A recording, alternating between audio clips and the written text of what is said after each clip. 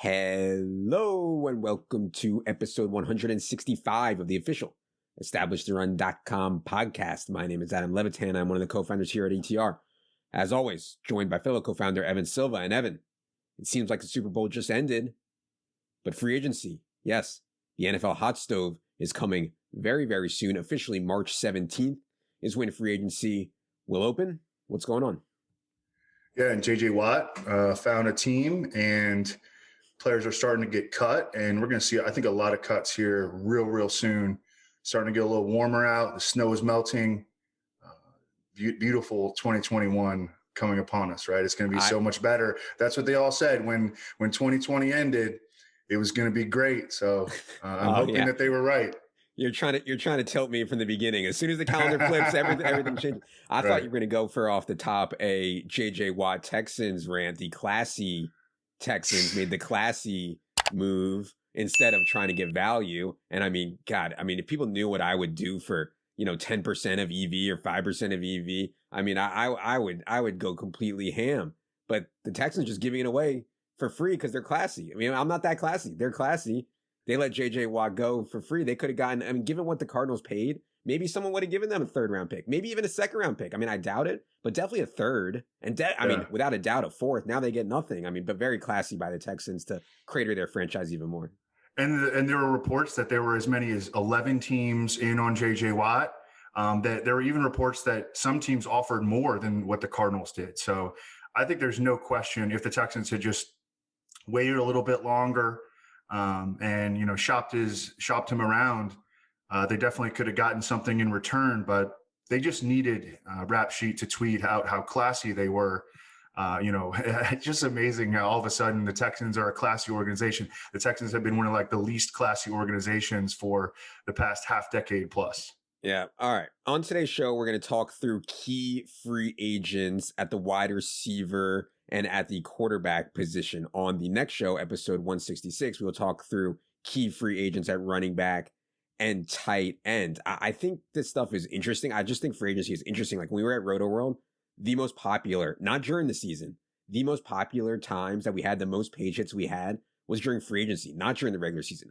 Free agency is extremely popular, and I get it. It's super interesting. I also think if you're playing best ball, if you're playing dynasty, it's pretty important to get ahead of this stuff. For example, if we wait until Aaron Jones walks in free agency, if we think that he will, A.J. Dillon's price is going to spike very quickly. For now, I think it's still muted a bit as people don't know exactly what Aaron Jones is going to do. Speaking of best ball, there is action right now, and it is good action, actually, as price discovery is happening as we speak. We have our rankings for FFPC, for Underdog in the draft kit already. Hopefully you already listened to episode 160 with Justin Herzig, because I think that will really help you with best ball strat. Note that if you bought our draft kit last year, you have access now for free until May. No extra cost or obligation. Just log in. You'll be able to access everything. If you're new, it's the same price as last year, $34.99.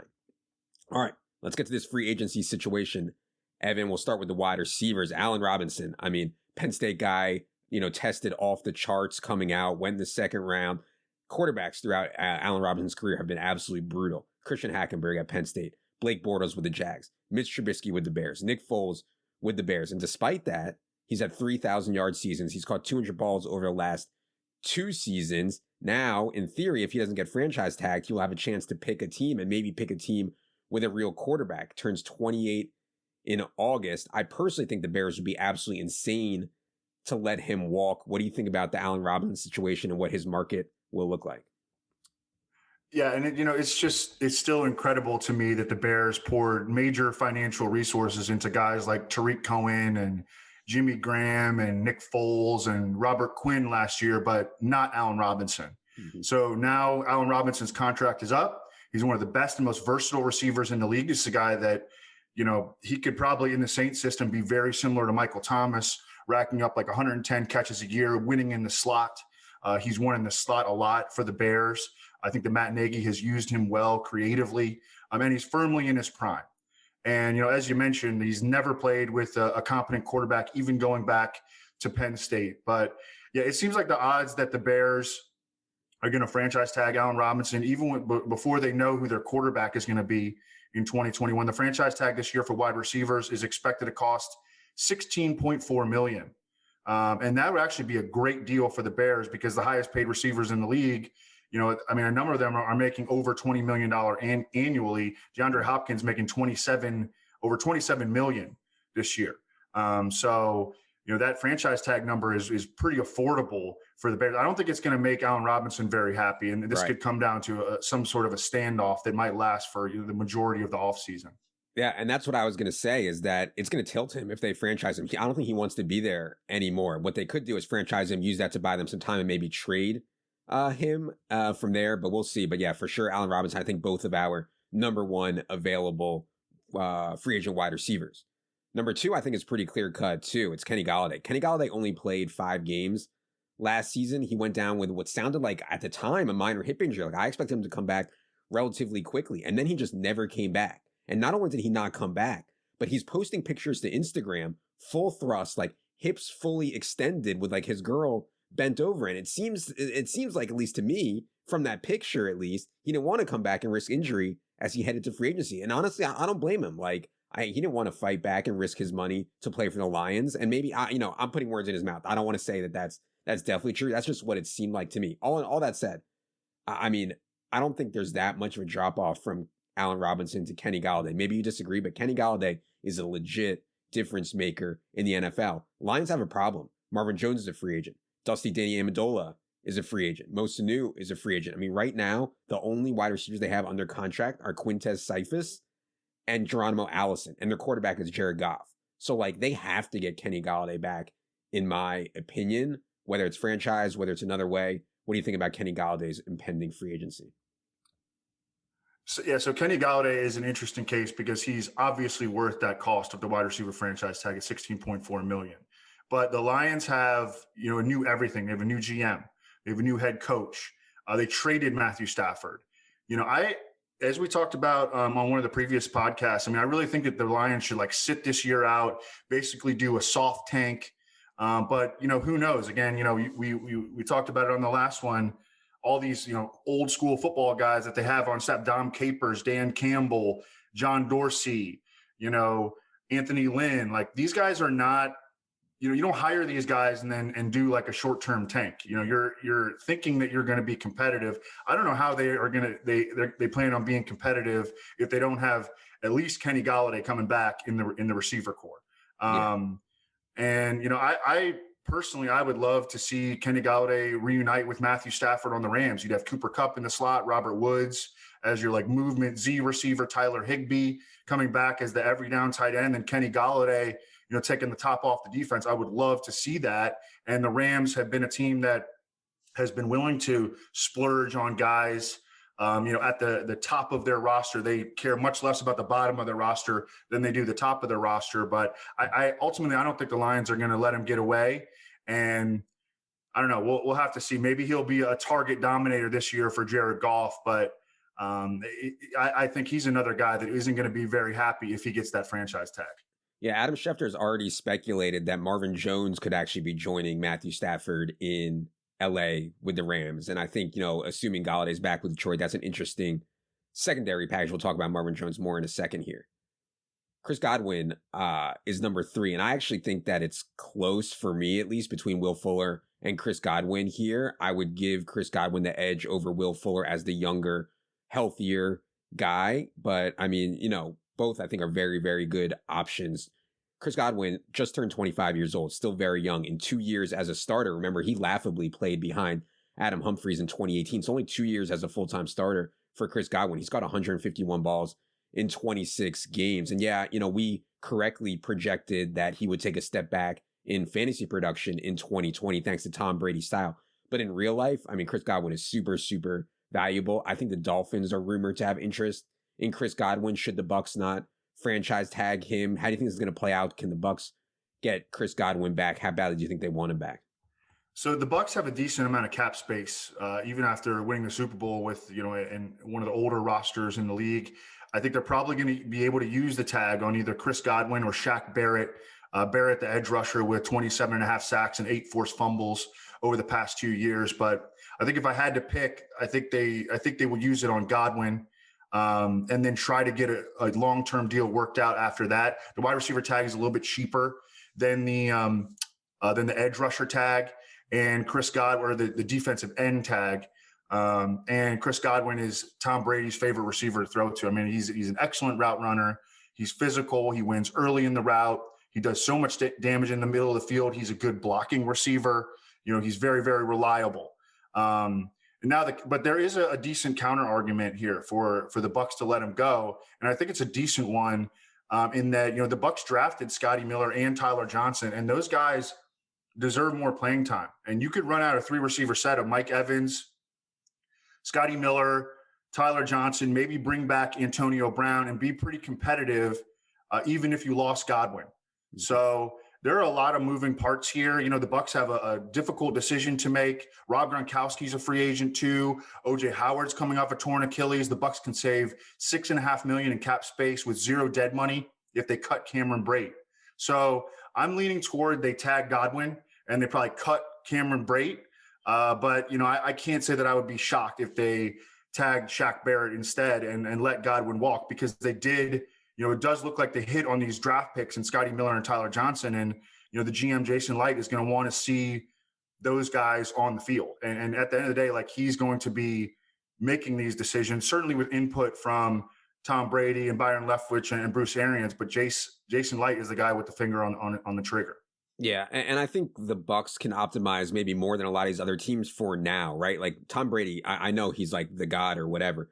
But let's be honest, his window is another 1, 2, 3 years at an absolute max. And so you would be optimizing for now more. Like I wouldn't mind getting into cap hell a little bit more than I would like the Lions or the Bears getting into cap hell now is just ridiculous. The Bucs getting into cap hell now, I think is much, much, much better. And yeah, I mean, it's a good point that it looked like Scotty Miller can play. I think Justin Watson can play. Tyler Johnson can play. Antonio Brown is 33 years old, but he can be probably brought back relatively cheaply, I would guess, although who knows what's going on in his head. We'll talk about more about him quickly in a second here.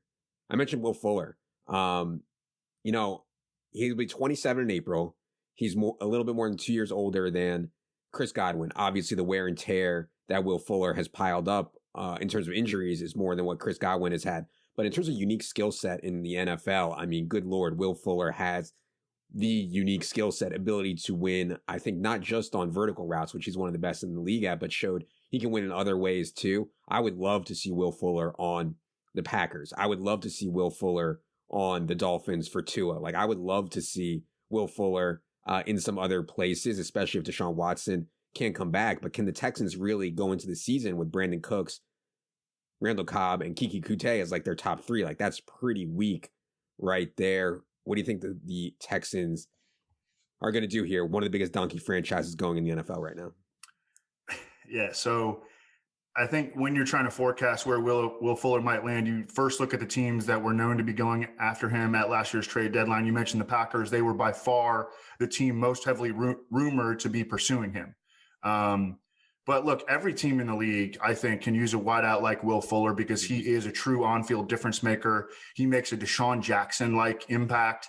You go back and look at the productivity of like Donovan McNabb and Kirk Cousins and, quarterbacks that played with Deshaun Jackson. They all averaged more yards per pass attempt when Deshaun Jackson was on the field as opposed to when he was not. And you look at Deshaun Watson's career, he's averaged 1.1 more yards per pass attempt with Will Fuller in the lineup and nearly one more touchdown pass per game with Will Fuller in the lineup. And, Will Fuller's injury history and this PED suspension, I mean, I think that they're going to lower his cost. But I agree with you. I think it would be incredible to see him line up across from Davante Adams with Aaron Rodgers in Green Bay. And, I don't know the Texans, if the Texans do keep Deshaun Watson, I would love to see Will Fuller back in that number one receiver role, at least the 1A to Brandon Cook's 1B role in Houston from a fantasy standpoint, because he was the wide receiver 9 in points per game this past year. Yeah. Okay. Here's where it starts to get a little interesting. I think some people might have Juju as their number 5 free agent wide receiver. Some people might try to make a case for Corey Davis. I actually think my number 5 free agent wide receiver will be Curtis Samuel. Still only 25 years old. Never really had a chance to fully spread his wings, but last year did catch 77 balls, rushed 41 times. I think he's just a better pure wide receiver than people realize is Curtis Samuel. I'm not sure the Panthers can keep him, want to keep him, given that they have Robbie and they have DJ Moore. So, I mean, he's been linked to the Lions. I think he's been linked to Washington football team. I mean, I think Curtis Samuel still has a lot of breakout potential in him. So I think if I was a team, I would prioritize Curtis Samuel over Juju. Maybe that's a hot take. I don't know. What do you think about Curtis Samuel? You're on mute.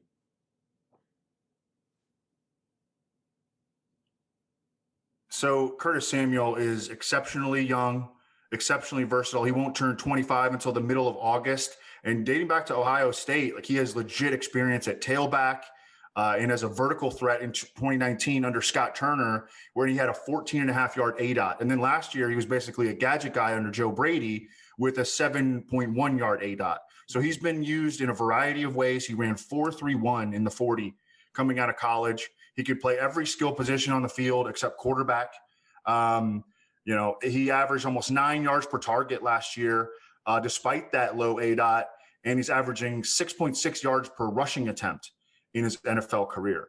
So I think in the right situation on a team that would be truly willing to commit to him as a big part of their offense, Curtis Samuel could be an absolute killer in fantasy football. It's just a matter of, is he going to find that landing spot? As I think that most teams view him as a role player.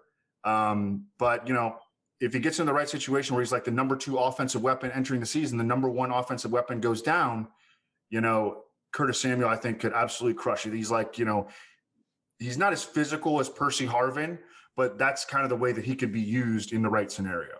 Yeah. And I don't know, man. I still think he could play just pure wideout better than people think. Just like pure line him up as wideout and let him run all kinds of routes. I think he can win that way too. And like, if a team like the Lions lets Golladay and Marvin Jones go and they bring in Curtis Samuel, like, it's not great with Jared Goff there, but man, I mean, he could put up some serious numbers. Okay. Juju, the darling of fantasy football a couple years ago. Now the narrative is Juju's not the same without Antonio Brown there. Antonio Brown helped Juju so much. I mean, in 2019, the QBs were awful, but Juju only 42 catches for 552 yards in 12 games. And then last year, yeah, he caught 97 balls, but only for 831 yards. And, catching 97 balls is great and all. Ben threw it 40.5 times per game. So, I mean, I don't know, man. I like Juju. He's still extremely young, like one of the youngest guys to come out of college in his class was Juju. But I think there's legit concerns now that he's not like the alpha dominator. There was a time in Dynasty when I think Juju was like the 1.01. Like people were talking about Juju as like the best Dynasty asset or one of them. He's obviously fallen off a ton. Now, for me, he's the number 6 wide receiver free agent in this class. Am I too low on Juju now? Well, as you mentioned, he's really, really young. I mean, he's even younger than Curtis Samuel. He won't be 25 until late in the 2021 season. And yet, I think you have to be at least somewhat concerned that he hasn't gotten tangibly better since he entered the league. And he's been in the league 4 years now. His yards per target have dropped in 4 straight seasons. NFL teams considering committing big money to Juju Smith-Schuster are probably going to at least have some reservations about how much time he spends on like social media and playing video games. I mean, these are not things that, I'm into analyzing, but teams are going to look into that kind of stuff. Mm-hmm. And he's got some limitations because he's mainly a slot receiver. Even going back to USC, Juju has been an interior receiver, not an outside guy. So that puts like a limitation on his ceiling, I guess. Right. So I don't think we're going to see him back in Pittsburgh. I think the Steelers are going to roll with Deontay Johnson, Chase Claypool, James Washington in 3 receiver sets. They'll probably add someone else. But yeah, he's going to be an interesting guy on the free agent market, and it'll be interesting to see how teams assess him because of I don't think he's like a problem off the field or anything, but I think that teams are going to be like have their concerns about, I guess his dedication to football. Yeah, it's not that as much to me as what you said about only being able to play the slot. I mean, how much money can you pay a guy who can only play one very specific position? I don't know. I think that it's capped, as you said. Like his outlook is capped for sure. All right, we're getting now into some of like the next tier, I think, here. And at the top of this next tier, I would say, in terms of free agent wide receivers, would be Corey Davis. Corey Davis was legit very good last year. Pro Football Focus is number 8 wide receiver among 112 qualifiers last year. had 14 catches of 20 plus yards. AJ Brown only had 13 catches of 20 plus yards. They played the same amount of games. I mean, Corey Davis coming out, I remember talking to Josh Norris about Corey Davis. He loved him, number 5 overall pick in 2017. Obviously, there were a lot of people out there who thought Corey Davis was going to be a star in this league. Like I said, I thought he played well last year. I don't know if he's going to be a star anywhere. What do you think about Corey Davis as someone more kind of under the radar in free agency? Yeah, so whereas Juju has, these on-field limitations, I'm not sure that Corey Davis has those on-field limitations, because I think that he does demonstrate characteristics of being an alpha 1A wide receiver. He just hasn't played like it, anywhere remotely on a consistent basis. And even in 2020, when he had a career year, he was playing opposite a true alpha in AJ Brown. But he's another guy. He's still very young. He just turned 26 in January. He's big. The talent is there. I mean, he was a top 5 pick in the draft, as you mentioned. I remember thinking that he reminded me a lot of Brandon Marshall when he was coming out of college. He was one of the most productive wide receivers in college football history. Yeah. And so I do believe that there is some untapped potential here. I mean, Corey Davis can play. We've seen him take Stephon Gilmore in his prime, take Stephon Gilmore to school one-on-one. But I think he's hashtag good. It's just been a matter of consistency, maybe, some elements of maturity. Again, he's really, really young. He was young coming out of college. So he's maybe, the most interesting prospect, free agent prospect hitting the market at the wide receiver position. And I don't think he's going to get tagged. Yeah, I think the casual NFL fan is going to wake up and read an ESPN headline about how much money Corey Davis got and be like floored. Like, I think he's a candidate to actually get like seriously paid, and casual people are going to be like, oh my gosh, this is awful. I think it's actually interesting. So I think he still has room to grow, and obviously the talent's there for sure. Nelson Aguilar, speaking of someone who's been left for dead, I mean, here in Philly, he was killed, like run out of town, can't play, will never be good. Maybe he just needed a change of scenery. In his first year with Vegas, Nelson Aguilar was really good. 18.7 yards per catch, made a lot of really big plays for the Raiders. He's 28 years old, though. And so, for a guy who is at free agency at this point in his career, it's getting a little bit old when you're not a star already. But still, I think Nelson Aguilar can play, and I think there'll be a market for him for sure. What did you see out of Nelson Aguilar last year, and would you be excited about adding him to your team? Yeah, he had a very good season, and it was almost a season where you kind of kept expecting him to slow down a little bit, and he didn't get worse. He just almost kept getting better, and he showed a real rapport with Derek Carr. I would just like to see him go back to Vegas and play with Derek Carr because of that rapport that they established. And, I think that you're right. He did need a change of scenery. He had one good year in Philadelphia, a very, very good year. And then he fell off again. And they had another good year coming back with the Raiders. So I think that's the best spot for him right now. And I that's where I want to see him. I think that they could trot out a 3-receiver set of Henry Ruggs, Nelson Aguilar, and maybe Brian Edwards and feel pretty good about that with Darren Waller at tight end. The age model struck with T.Y. Hilton this past year. It looked like T.Y. Hilton got old quickly. He'll be 31 next season. It concerns me on these guys who rely on speed a lot, like T.Y. Hilton, as they get older. I don't think there's going to be a huge market for T.Y. Hilton out there, given his age and given the way he played last year, but I could be wrong. I don't know. What do you think happened to T.Y. Hilton this past year? We didn't really talk about him too much on the Hits and Misses pod, and where do you think his market will be? Well, he did pick it up some late in the season, but there just was never a whole lot of chemistry between him and Phillip Rivers. He had some injuries early in the season. It just never – it didn't click until a few nice games late in the year. And I think that the way he's going to be viewed at this point is just as a role player, and maybe he could be a very useful role player in the right situation. But I think the days of, T.Y. Hilton seeing 110 targets are over for sure. Yeah. Speaking of 31-year-olds, as we already mentioned, Marvin Jones is a free agent. I mentioned that Schefter's already linked him to the LA Rams. He had some huge games for the Lions with Golladay out. Obviously, there was that 1 week where he was like on the borderline in cash, and I thankfully played him. I think it was like week 16, I believe. Or maybe it was week 17. Yeah, it was week 17. Either way, Marvin Jones showed he can still play and get it done at a really high level. And so I think there will be a market for Marvin Jones, maybe a bigger market than T.Y. Hilton. I don't know what you think about that. Who'd you rather have between Marvin and T.Y. Hilton at this point? That's a tough question. I don't know. I guess I would probably go with Ty, because I think that he can run better than Marvin Jones, but Marvin Yeah. Jones might be just the better player right now. I guess it would just depend on what kind of offense I'm trying to run and who my quarterback is. Marvin Jones going to the Rams, with Matthew Stafford and sticking with that. I mean, that would be, a wonderful scenario, I think, for the Rams. And not a terrible one for his fantasy value, although Cooper Kupp and Robert Woods are going to collect a lot of targets. And as we mentioned, I think Higbee is in line for a breakout year.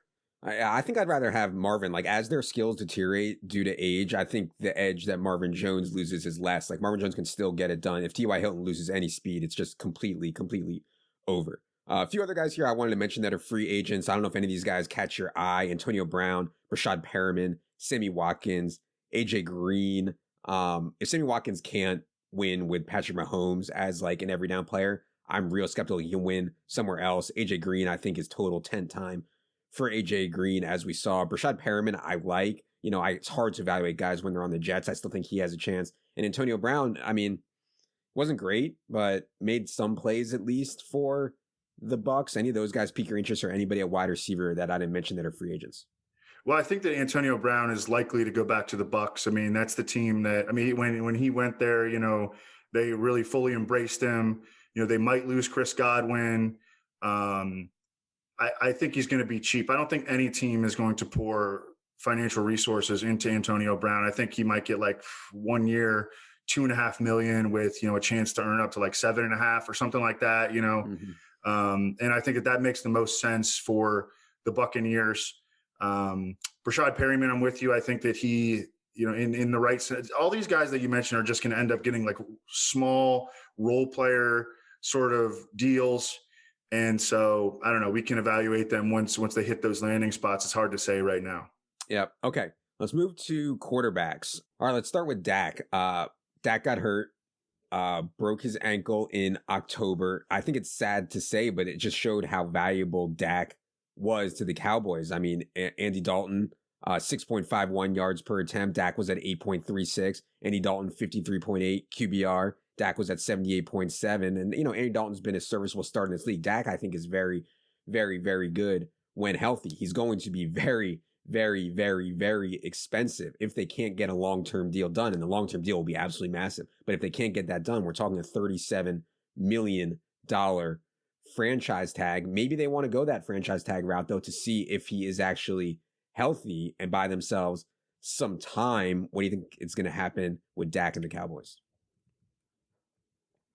Yeah, so he actually had 2 surgeries, and I was just reading about this recently. The second surgery was more about a strengthening and a cleanup, but still, that's a cause for some pause there with Dak Prescott. I mean, you would hope that he would just have a clean recovery from the first surgery to address his broken ankle, but I mean, it adds another layer and some more context to what is going on here. But one thing that I've learned over the years studying this stuff is that NFL teams can be very beholden, way overly beholden to their initial draft evaluations, and they fall back on them often, even several years into players' careers. If you remember the Cowboys in the 2016 draft, they loved Paxton Lynch and they loved Connor Cook, and they tried trading up for both of them, but they couldn't pull it up.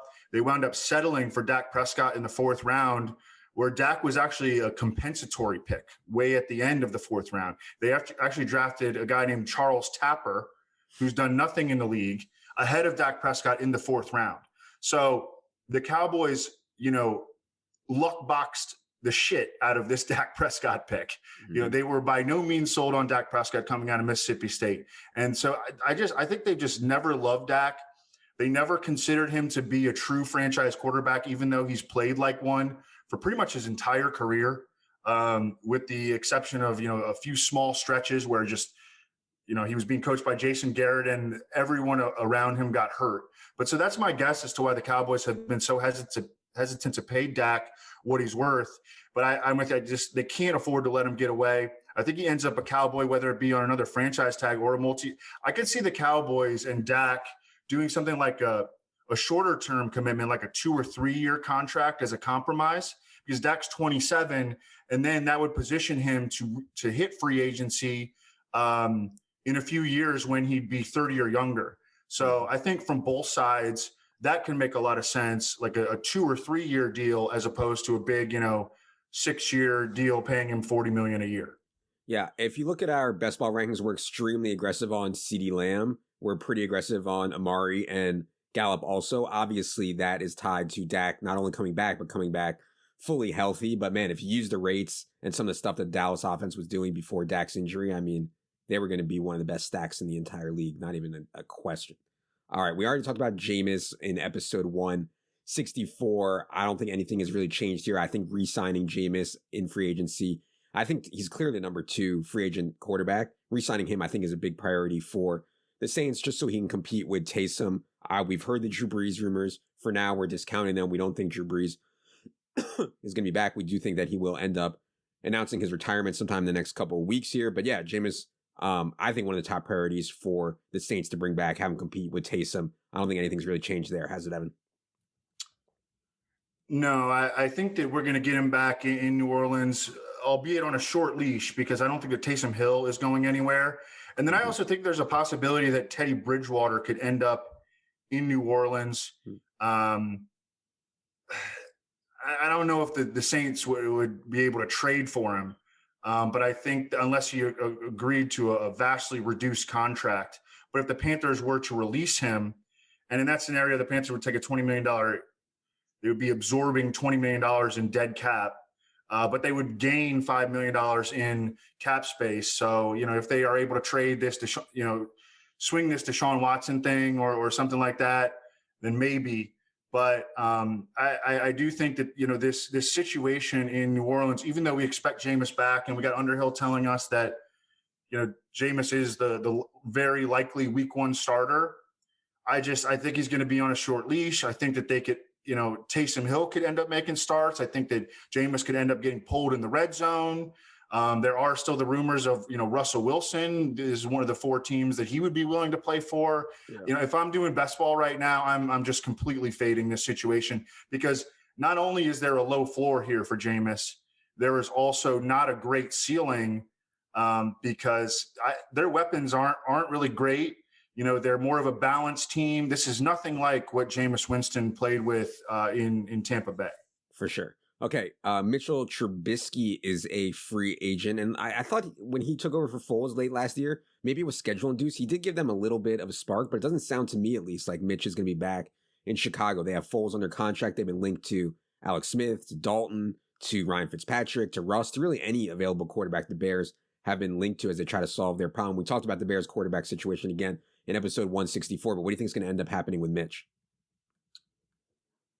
Yeah, and there's been almost no free agent buzz about Mitchell Trubisky so far, and that really shouldn't be surprising. And I think we can learn a lesson about the mistake that the Bears made trading up to draft Mitchell Trubisky at number 2 overall, because this was a guy who, if you remember, he sat behind Marquise Williams at North Carolina for 2 years. Mm-hmm. Marquise Williams, you remember him from the AAF, and he didn't even really get on the field in the AAF. Mm-hmm. And Trubisky was basically a 1-year starter at UNC. The sample size was just so small. And then when Trubisky gets to the NFL, he struggles to read defenses. He struggles with confidence. He's a 1 progression passer for the most part. He isn't consistently accurate. And there just wasn't enough on college tape for the Bears to ever justify drafting him where they did. And it's truly amazing that we're here, a half decade later, and Ryan Pace has somehow survived this just colossal error and still has his job. But yeah, I think he's going to end up with a backup job somewhere. I'd actually like to see Mitchell Trubisky behind Matthew Stafford in LA with the Rams. I think that if Stafford went down, Sean McVay could basically do the pre-snap coverage reading for Trubisky, like he did for Jared Goff. And Trubisky's talented and athletic enough otherwise, I think that he'd be able to keep the Rams competitive as a spot starter. But I think he's going to be cheap. He's going to go the way of like Blake Bortles, who is the player that he's most often compared to, Mitch Bortles. And, end up with a 1-year, $3 million deal. Actually, Blake Bortles spent some time with the Rams over the past couple seasons. Yep. Okay, run through some of these other quarterbacks here quickly. Ryan Fitzpatrick, I think the Dolphins are going to just go with Tua. They don't want Fitz looking over Tua's shoulder anymore. And I think Fitz probably thinks that he can find a more direct path to a team where he can start and find more money, like Washington. I mentioned Chicago. I could see New England maybe getting in the mix for Ryan Fitzpatrick. And one rumor that I saw was Denver, which would be interesting. Like, I'd rather start Ryan Fitzpatrick than Drew Lock. And they have a team with some serious weapons available to them, especially as they're getting Cortland Sutton back for this season. So yeah, I think Ryan Fitzpatrick's market will be interesting. Like, for sure, it should be better than Mitchell Trubisky's, I would think, especially if you're thinking starter rather than grooming a backup for the long term. What do you think about Ryan Fitzpatrick's free agency? Yeah, I like the Denver idea. With guys like Vic Fangio, Pat Shurmur, Mike Shula on staff, older school types. The Broncos are obviously in win now mode, even if they don't necessarily have a good enough roster to do much real damage in the AFC, regardless of who their quarterback is. But I tend to doubt that any of those coaches believes that Drew Lock is the answer at this point. And at least Ryan Fitzpatrick could represent like veteran competition for Drew Lock. And, the Broncos have some serious offensive potential if they can identify just a quarterback that can get these guys the ball. Jerry Jeudy, Cortland Sutton's coming back, Noah Fant, KJ Hamler, Tim Patrick, an offensive line that took a big step last year under Mike Munchak, who's maybe the best offensive line coach in the league. I mean, the Broncos offense could be a lot of fun with a guy like Ryan Fitzpatrick under center. Oh, yeah. Yeah. Broncos are loaded, man. If Ryan Fitzpatrick went there, that would be super, super exciting. A couple game managers here. Alex Smith, Cam Newton. Talked about Cam and the alleged COVID fog a little bit last week. But yeah, I think Cam and Alex Smith both have chances to get kind of low-end starting jobs. Neither would be exciting for me. Washington certainly, Alex Smith says Washington did him pretty dirty, was rooting for him to fail, et cetera, et cetera. He wants out of there as badly as possible. Any market out there you think for Alex Smith and Cam Newton as starters? I think the market is largely going to be backup caliber for Alex Smith. And then with Cam Newton, I think that there's one team where he could start, and that would be going back to New England. And there's obviously a lot of mutual respect between the Patriots and Cam Newton based on the postseason rhetoric from both sides. The Patriots aren't really in position to find a long-term quarterback solution this offseason. They have the 15th overall pick. And I think these top four quarterback prospects, Trevor Lawrence, Justin Fields, Zach Wilson, and Trey Lance, these guys are going all in the top 10 picks. You look at the top 10 picks in the draft, so many quarterback needy teams in there. I don't think any of these guys are going to get out of the top 10. Mac Jones from Alabama is a guy who's been mentioned as potentially going in the middle or the late first round, but I'm not really buying it. I think he's a second round pick. And maybe the Patriots could look at him at 47, but I think he'll probably go in the 30s. But Cam Newton just might end up being the Patriots' best option when all said and done. It would be a second year in the system, and with what will probably resemble more of a full offseason in training camp than what we had last year. And ideally, the Patriots would be able to put more weapons around him this go round. Maybe Washington back with Ron Rivera, but I think that his options are going to be very limited for being a starter in 2021, just limited to maybe one, maybe two teams. Yeah, I saw some rumors around New England that they could maybe try to swing a trade back for their old friend Jimmy Garoppolo. But as we talked about on the last week, I think Jimmy Garoppolo, from just a QB wins, quote unquote, perspective, and I don't hate to be on team QB wins. I don't know what other options San Francisco has. Maybe they'll swing something like Deshaun Watson or Russ Wilson, or something weird happens, and Jimmy Garoppolo comes available, and I can see New England going back down that path. And Matt Mayako, who's covered the 49ers for forever and done it in a remarkable job, one of the best beat writers of the last decade, no questions asked. He's been adamant that Garoppolo is coming back to the 49ers and he's going to be the starter. And the only quarterbacks that they're going to be looking at are potential backups. Yep. Okay. And then back-end backups, we didn't really have to spend time on this. Andy Dalton's a free agent. Tyrod Taylor, who got done dirty by the Chargers trainer, of course, last year. I mean, cost him a ton of money, too, because if Tyrod was started and played well, he'd be making money right now instead. He's not. I mean, he has nothing to show. Jacoby Brissett is also a free agent. I think all kind of 1 year backup deals for these type of guys as well. Anything to say on Dalton, Tyrod, Jacoby Brissett, or any other quarterbacks? Nothing enlightening to say about those guys. All right. That is going to do it for the quarterback and wide receiver preview of free agency. We'll be back next episode to talk running backs and tight ends. For Evan, for producer Luke, I am Adam. Good luck, everybody.